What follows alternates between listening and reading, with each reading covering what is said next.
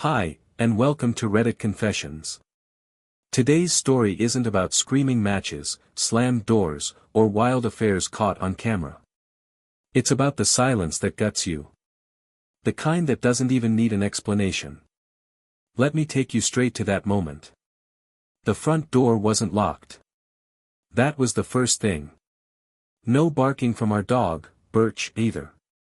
Just an eerie, warm silence drifting from the hallway like the house had been waiting to whisper something horrible into my ears. I didn't tiptoe. I wasn't suspicious. I wasn't paranoid. I was just tired. Jet-lagged. I'd been in Alberta for 4 days at a sustainability summit that probably didn't matter and was hoping to crawl into bed with the woman I married. Instead, I stepped right into a stranger's arms. Not literally. But that's exactly what it felt like. Because there she was. Reagan. Sleeping. Wrapped up in someone else's body like he was her safety blanket. Her peace. Her place to rest. I froze. My fingers still wrapped around the doorknob. My laptop bag sliding from my shoulder, hitting the floor like thunder in the middle of a funeral. His leg was thrown over hers. Her hair was fanned out across his chest. Their breaths rose and fell like one synchronized, mocking betrayal. And the most horrifying part? There was no tension in her body. No panic. No awareness of the destruction parked in the doorway. She was calm. She was home. I should have screamed. I should have flipped the dresser. I should have dragged him out by his ankles or thrown my wedding ring at her face. But all I could do was stare. Because somewhere between packing her overnight bag for yoga retreat weekend and texting me, "Miss you, hurry back," just 8 hours earlier, she had apparently forgotten I existed. I backed away slowly, like a man dodging landmines in his own hallway. I made it to the car. My hands shaking so hard I couldn't find the start button. My reflection in the rearview mirror didn't even look like me, just some worn-out fool in a wrinkled conference shirt who lost his whole life in 15 seconds. You ever sit in your car in total silence, but your heartbeat is so loud you think it's echoing off the windshield? That was me. Trying to unsee what I saw. Trying to unlove someone who looked happiest, without me. And then, as if the universe hadn't twisted the knife deep enough, I noticed something in the back seat. Something I had completely forgotten I left there 2 weeks ago. A wrapped gift. Not flowers. Not candy. But a photo album. A handmade one I'd been working on for our 10th anniversary next month. I was going to give it to her over dinner. Now. It felt like a tombstone for a marriage I hadn't even realized had died. And I swear, I just sat there, staring at that album, whispering to myself like an idiot. What did I miss? How long had I been asleep, too? I didn't sleep that night. Not even for a second. I just sat there in my car, parked 2 blocks away from my own house, watching the streetlights blink in a slow, mechanical rhythm, like the universe had put itself on autopilot, just like my marriage. My phone buzzed a few times, and I ignored it. I didn't want to hear her voice. Not yet. I wasn't ready for the lies. I wasn't ready to be gaslit.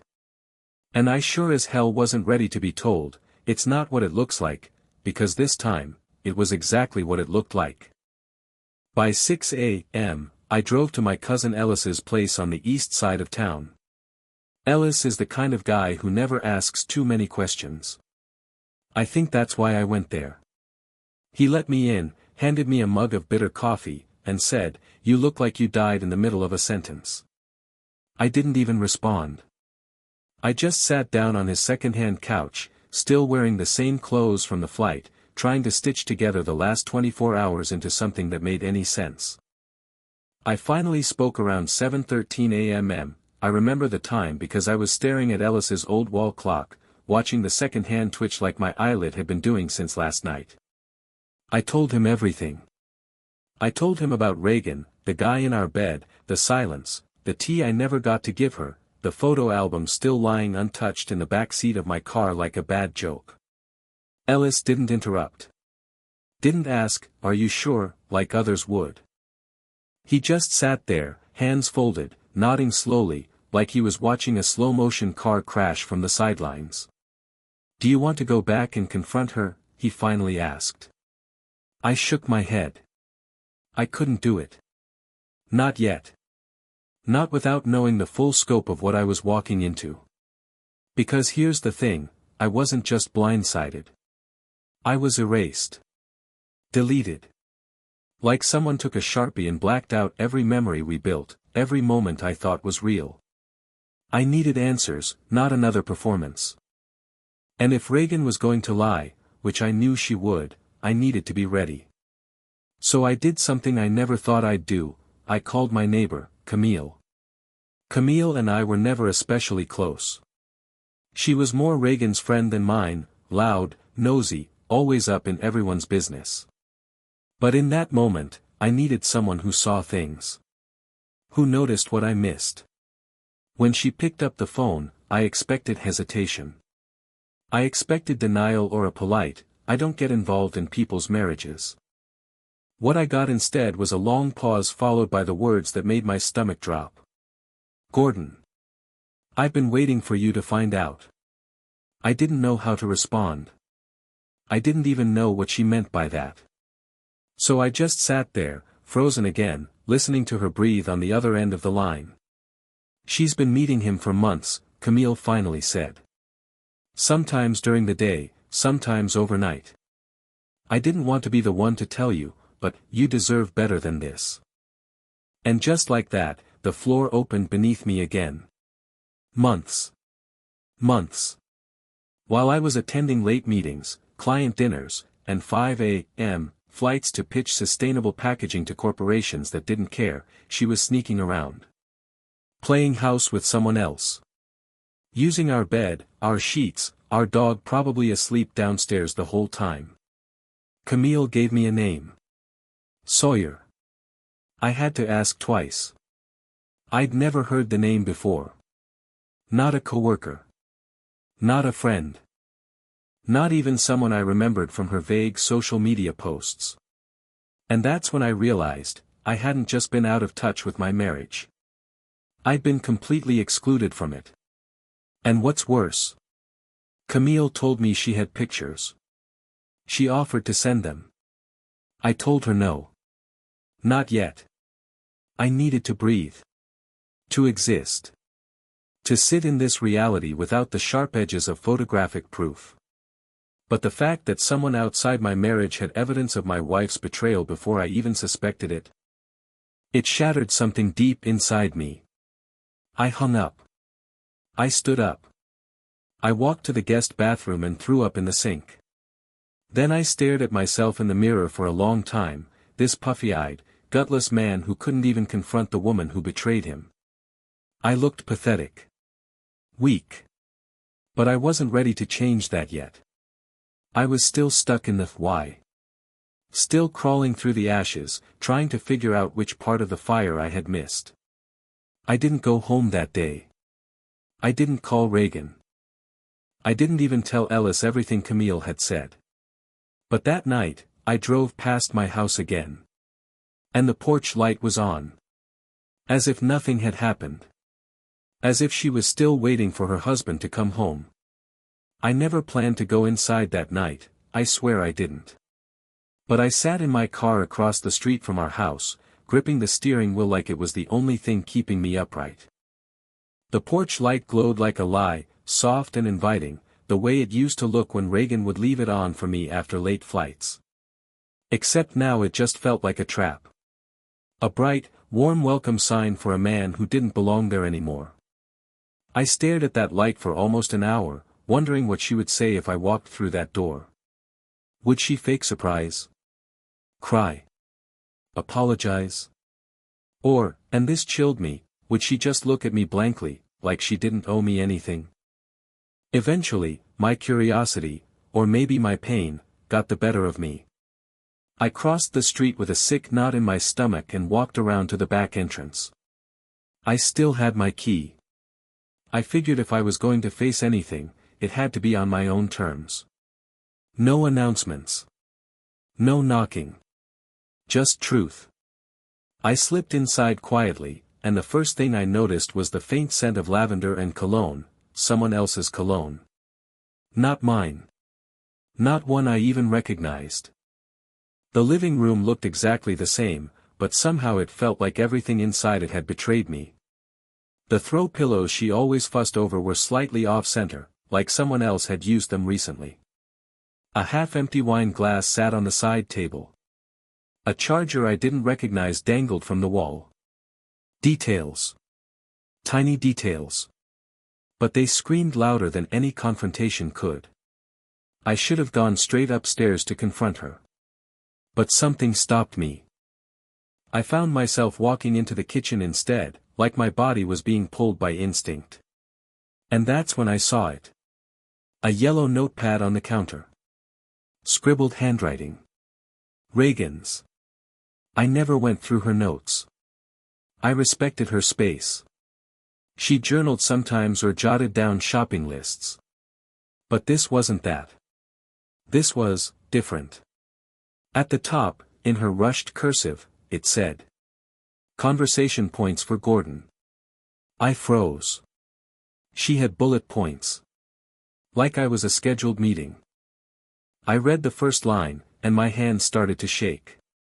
Tell him you've been unhappy for years, keep it vague, don't blame yourself. The second. Emphasize how he's always gone. Make him feel distant, even if it's not 100% true. The third one made me sit down. Avoid details about Sawyer unless absolutely necessary.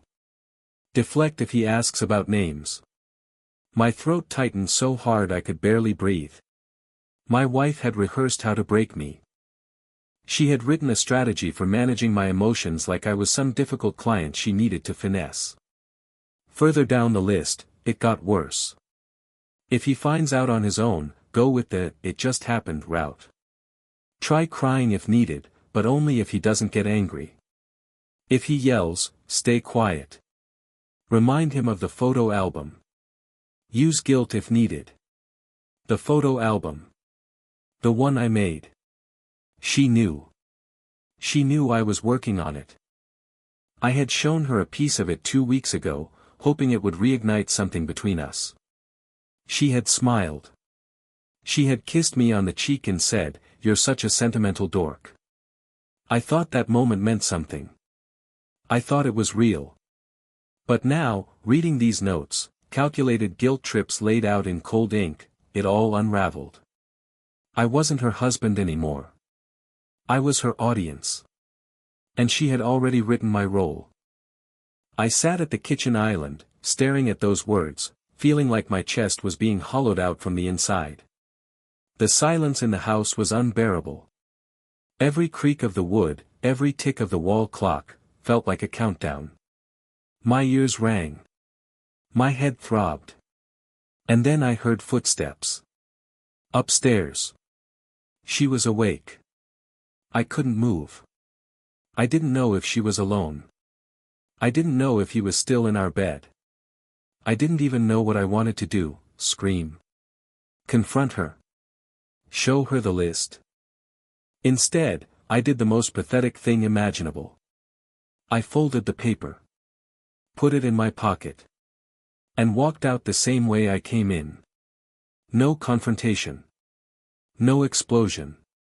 Just me, once again, disappearing from my own life while she slept upstairs in the home we built, plotting how to tear it down without getting her hands dirty. I drove off with the note burning a hole in my jacket. Not because it held the truth. But because it confirmed something I had refused to believe for too long. She had been planning her exit for months. And she never thought I'd catch up. The next morning, I woke up in Ellis's guest room with a stiff neck and an even stiffer heart. The notepad page was still folded in my coat pocket like a splinter under my skin. I didn't sleep so much as drift in and out of these blurry, dreamlike flashes, some real, some imagined. Reagan's laugh. That list on the counter. Her hand on someone else's chest. The word Sawyer etched into my brain like a curse. I wanted to pretend I had control, that I was handling things maturely, calmly, like the good man she always described me as to her friends.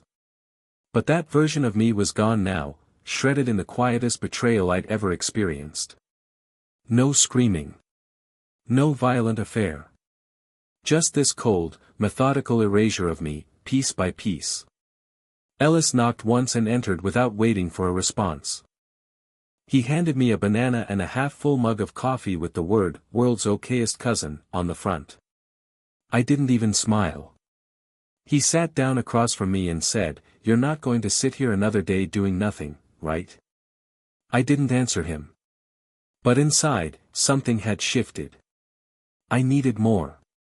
Not revenge, not yet. Just information. I needed to know who this guy was.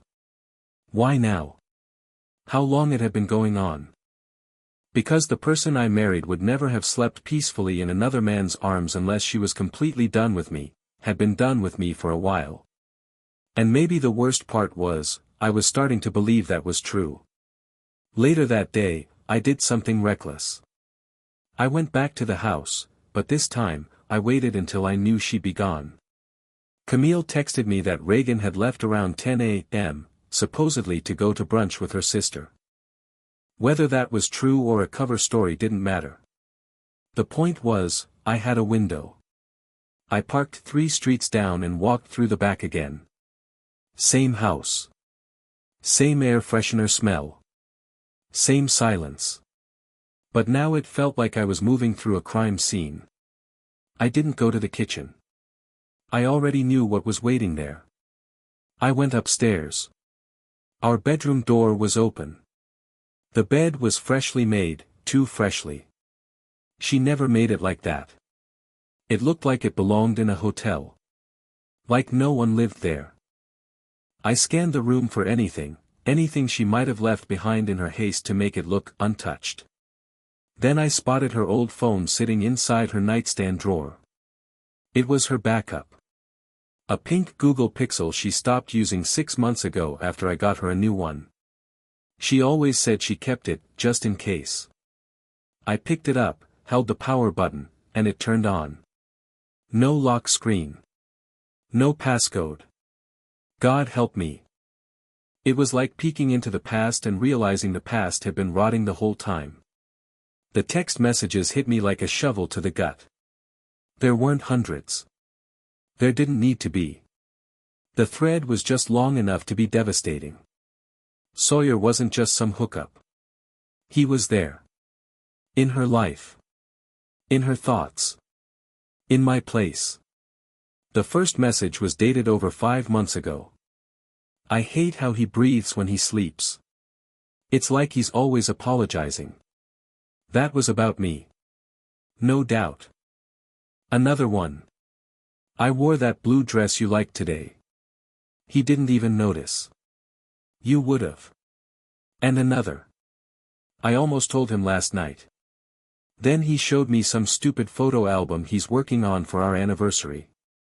I felt sick. That was the moment. That was when she had the chance to come clean and chose to let me fall deeper instead. The last message was from just 2 days ago. He's out of town again. You can stay over. Just leave before 6 like last time. I dropped the phone. Literally dropped it onto the carpeted floor like it had burned me. I felt dizzy. Lightheaded. Sick. I stumbled into the hallway and sat against the wall, my hands gripping my hair, eyes welling up with tears I didn't even try to stop. This wasn't just betrayal. This was surgery without anesthesia. I looked back at the bedroom door. Our room. Our bed. Our life. All of it co-opted like I was some side character in my own marriage. I stood up slowly, went back in, and for reasons I still don't fully understand, I took one pillow from the bed. My pillow. The one I always used. I clutched it to my chest and left the house without taking anything else. Back at Ellis's, I put the pillow down and stared at it for hours. It smelled like her. And I hated that I still found it comforting. That's when I realized, I wasn't just mourning the betrayal. I was mourning the fact that even after everything, part of me still loved her. I sat in Ellis's apartment that night like a man waiting for a storm to hit a house that had already burned down. The pillow I took from our bed was still on the floor beside me, mocking me. Every so often I'd catch myself staring at it like it might tell me what to do next. But it never did. It just sat there, smelling faintly of lavender detergent and someone I didn't recognize anymore. I kept telling myself I needed a plan. A response. Something logical and clear. But the truth was, I had never felt less like myself. I was spiraling. I was unraveling. And every part of me wanted to scream, cry, sleep, and disappear all at once. I was a mess. Worse than a mess, I was a man trying to find his reflection in a mirror that had already shattered. Then Camille texted me again. Just one line. "She's looking for you." I didn't reply. A few minutes later, another message came in. "She stopped by my place. Said she's worried. Thought something happened to you." That line made my blood boil. Worried? After everything? After sleeping next to another man in our bed? After writing bullet points about how to deflect guilt? She had the audacity to walk around acting like she was the concerned wife. Ellis came home sometime after 9. He didn't say anything at first, just tossed his keys on the counter and looked at me like he didn't know whether to hug me or hand me a baseball bat. I stood up slowly and said, "I'm going back. I'm done hiding." He didn't argue. He just nodded and offered to drive me. The house looked exactly the same as always, cozy, perfect, the kind of place you'd pass on the street and assume was full of happy memories. But I knew better. Every brick, every curtain, every stupid seasonal wreath on the door now felt like props on a stage where I'd been the fool in the background. I walked in through the front this time. Loudly. Deliberately. She was sitting on the couch in leggings and an old university sweatshirt, cradling a mug of tea like she was in a Hallmark movie. Her eyes widened when she saw me, but not in fear. Not in guilt. Just surprise. Like I was a ghost who came back at the wrong time.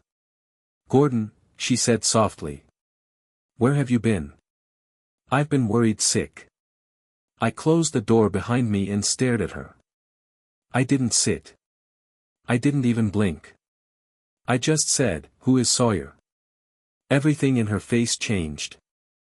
The color drained, her jaw tightened, her hand tensed around the mug.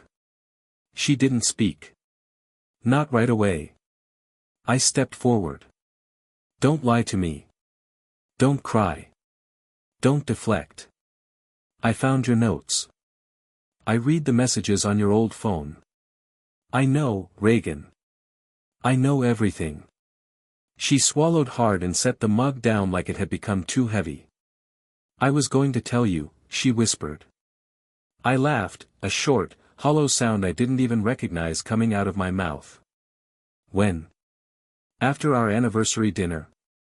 Or after you used the photo album to guilt me into thinking I was the reason you stopped loving me?" "I didn't stop loving you," she said too quickly. "It's not that simple."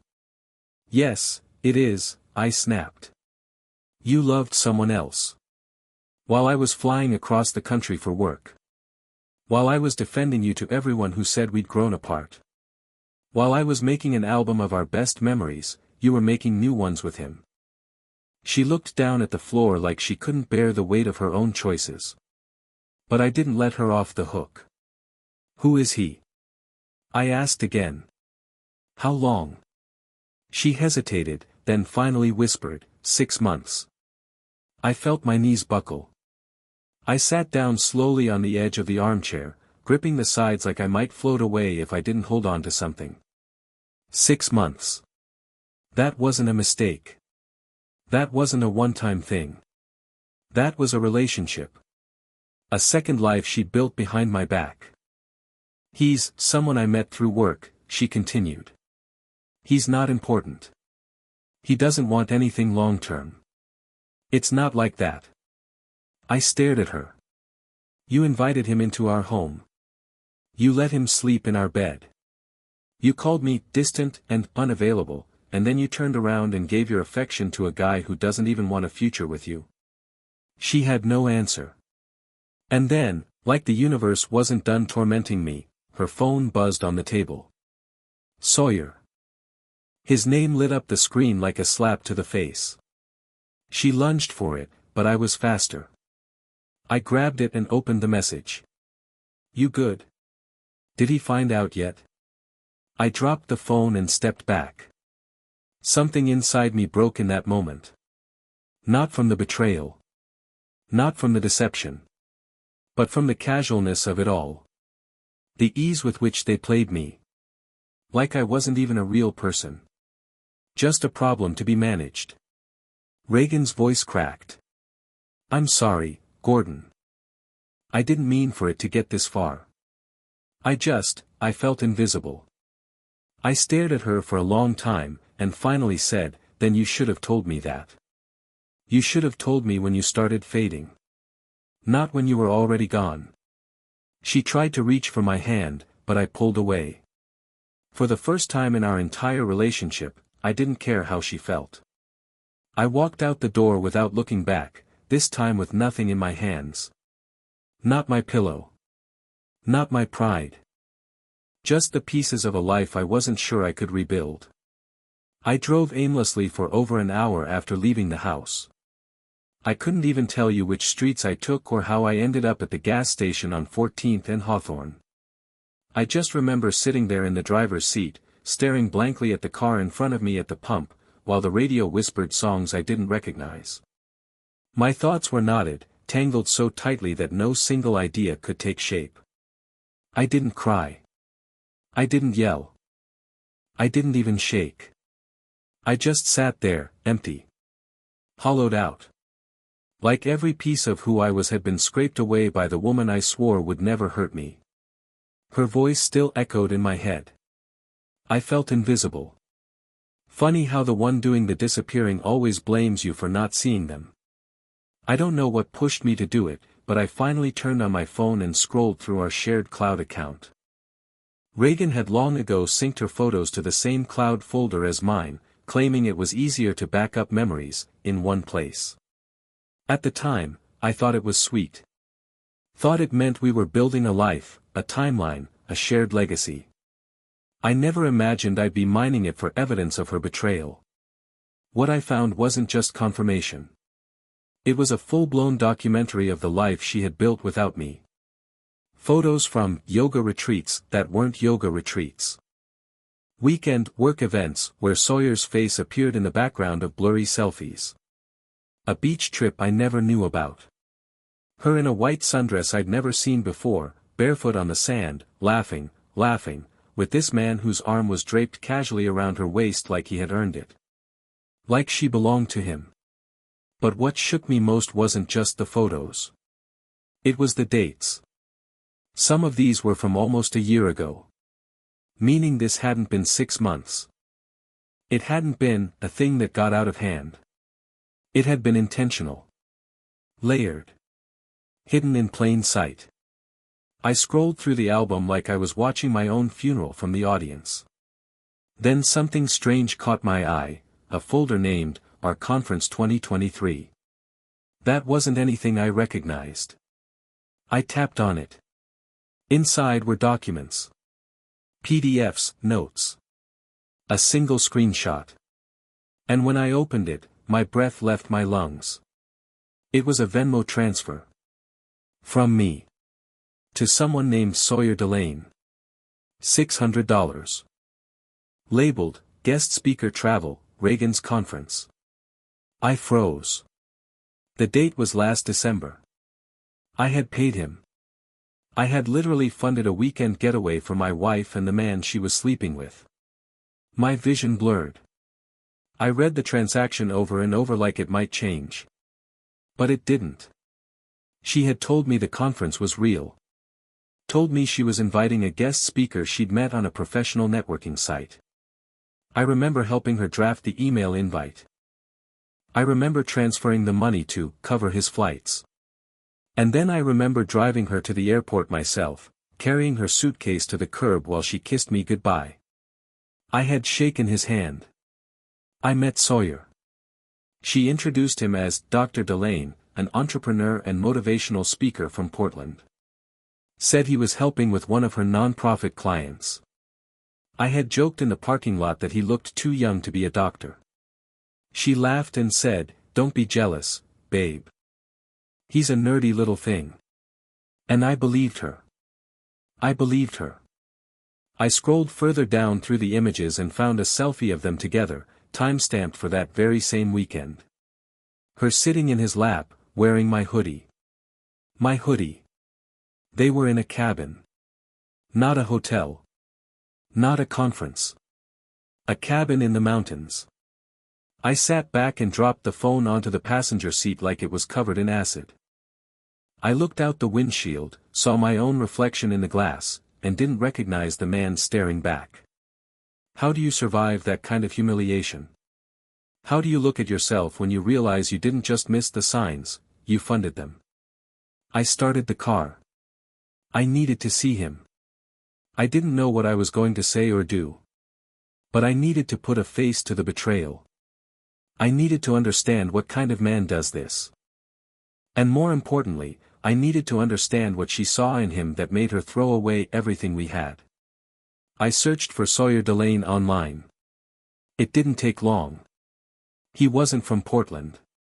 He didn't have a PhD. He wasn't even a motivational speaker. He was a freelance wellness coach with a sketchy business history, 3 failed LLCs, and a history of dating married women, something I learned from a thread buried deep on a forum for women in toxic entanglements. I found a contact page. A business number. An address listed in a neighborhood I knew wasn't Portland. It was barely 15 miles from our house. He'd been local the whole time. And Reagan had created an entire persona for him. She built the lie so thoroughly, so confidently, that I had shaken hands with it. I stared at the address. My pulse was slow, but heavy. This wasn't just betrayal. This was orchestration. She had taken pieces of me, stitched them into the background of a fantasy life, and pretended I didn't exist. And now, I was done pretending too. I don't remember most of the drive. Just long stretches of road blurring past the windows, my fingers clenching the steering wheel so tightly I left marks on the leather. The sun was starting to dip, casting that golden hour glow over everything, the kind of light that makes the world feel gentle. But there was nothing gentle about what I was about to do. Nothing golden about the thoughts going through my head. I had Sawyer Delane's address. I had the lies. I had the receipts, literal ones. What I didn't have was closure. Or dignity. Or any clear idea of what would come out of my mouth the second I saw his face again. The neighborhood was quiet. Narrow streets, modest houses, cracked sidewalks. It wasn't the kind of place I expected someone like him to live. Maybe I'd built him up in my mind, wealthy, smooth, put together.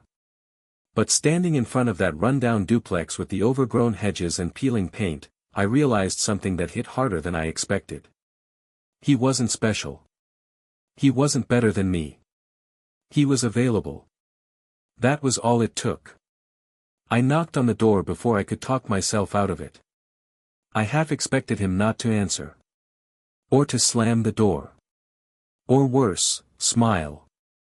Instead, I got something I didn't see coming. Confusion. He opened the door wearing a worn hoodie and gym shorts, a half-eaten protein bar in his hand. His hair was messy, face unshaven, and he blinked at me like I'd interrupted a nap. "You're Gordon, right?" he asked slowly, as if he already knew the answer but wanted me to say it out loud. I didn't speak right away. My jaw tightened. I nodded. He exhaled like he'd been expecting this for a while. "Yeah. Okay. I figured. Can I come in?" I asked, my voice low and colder than I intended. He didn't argue. Just stepped aside. The inside of the place was cluttered, some yoga mats, unwashed dishes, a bunch of self-help books stacked on a coffee table like props. The smell of incense lingered in the air, trying too hard to cover something musty underneath. I didn't sit. He did. "I guess this is the part where you punch me?" he asked with a pathetic attempt at a grin. "No," I said flatly. "You don't matter enough for that." That wiped the smile off his face. "I want answers," I said. "I want to hear your version." "I've already heard hers." He leaned back and scratched his neck. "Look, man. I'm not gonna defend it. What happened shouldn't have happened. But it's not like I chased her. She came to me. She said you were miserable. That you were more like her older brother than her husband. That she felt caged." I blinked. "She also said you'd never find out," he added, softer. "She said you were blind. That's the word she used. Blind and predictable." Something in me fractured at that. "She used you," I said, trying not to let the venom leak through. "You know that, right?" "Yeah," he said after a long pause. "I know." He reached for something on the coffee table and slid it toward me. My stomach flipped when I saw what it was, a journal. Not his. Hers. Reagan's. Brown leather cover, her handwriting scrawled across the front page. "Our thoughts." "I didn't want this," he said. "But she left it here a while back. I didn't read it until 2 weeks ago. I thought it was just old notes or something." I hesitated. "Take it," he said. "It's not mine to keep." I reached out and held it like it was radioactive. And honestly, it felt that way. My hands were sweating just from touching it. This wasn't just another lie. This was her mind, unedited. I turned to leave. "Hey, Gordon," he said before I reached the door. I stopped. "She talked about you more than you think," he said. "And not always in a bad way. I think part of her hoped you'd find out. I think she wanted it to end, but she didn't want to be the one to kill it. So she poisoned it slowly. Until you did it for her." I didn't reply. Because deep down, I already knew that. I drove straight to Ellis's and locked myself in the guest room. I opened the journal with trembling fingers, flipping through pages filled with loops and slants and ink smudges. And what I read cracked open a part of me I didn't know still had the capacity to ache. She didn't just cheat. She documented it. Every emotion. Every justification. Every twisted rationalization. She wrote about how free she felt when she was with Sawyer. About how she didn't miss me, just the idea of me. About how being someone else's secret made her feel alive. She wrote about the guilt. The nightmares. But she always ended with some version of, "But I don't stop."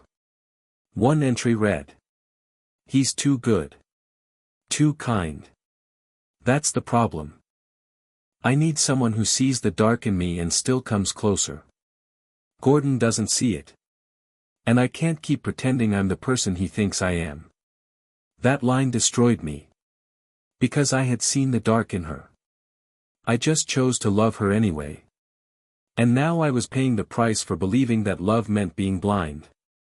I didn't finish the journal that night. I couldn't. Not because I didn't want answers, believe me, I did, but because I realized that every word I read was like staying in a house that had already burned to the ground. I kept looking for shelter in ash and wreckage. And at some point, even the most broken man has to walk away from the smoke if he wants to breathe again. The next morning, I took one final walk through the home Reagan and I had shared for almost 11 years. I didn't take much with me. A few clothes. My tools. The photo album I had made, the one she never opened. And I left her journal on the kitchen counter. I didn't write a note. Didn't tape some final, "gotcha" line to the fridge. She didn't deserve closure wrapped in a bow. She needed to sit in the silence she created. Ellis helped me move into a small apartment on the west side of town. Nothing fancy, one bedroom, tiny kitchen, mismatched furniture. But it was mine. Clean slate. No ghosts. No journals filled with half-truths and convenient guilt. For the first time in months, I could actually hear myself think. You know what surprised me? I didn't feel empty. I felt light. There's a strange kind of freedom that comes when you stop trying to understand someone who never cared enough to explain themselves. I had spent so long playing detective in my own life, trying to solve a case that was already closed. And now, I could just live. I started going on long walks. No destination, just air and silence. I took a cooking class, badly. I picked up my camera again, started taking photos like I used to in college. I reconnected with my sister, whom I hadn't seen in over a year. I even adopted a dog. His name's Milo. He's missing one ear, has a habit of stealing socks, and follows me everywhere like he's afraid I'll vanish if he blinks. One night a few weeks ago, I ran into Camille outside a bookstore. She hugged me, tighter than I expected. I could tell she had been worried. She told me Reagan had moved out of the old house. Said she looked thinner. Quieter. Different. I didn't ask for details. I didn't need them anymore. Because here's the truth no one tells you when your heart gets ripped out by someone you trusted. You don't need revenge. You need peace. And sometimes, peace is just choosing to not carry their brokenness on your back anymore. So, I'm still Gordon. Still a little whiny. Still awkward at parties. But I'm standing. I'm healing. And every day I wake up without the weight of pretending things are fine is a day I get back a piece of myself. If you've been through something like this, if you've ever looked at someone you loved and realized they were already gone, just know this. You're not stupid. You're not weak. You just loved the wrong person harder than they were capable of loving you back. And that's not your failure. It's their loss. Thanks for listening to my story here on Reddit Confessions. If you've ever experienced something like this, or had to walk away from someone who quietly broke you, share your story in the comments. What was your turning point? What made you finally let go? And don't forget to subscribe to Reddit Confessions for more real, raw stories like this one. Because sometimes the best way to move forward is knowing you're not alone.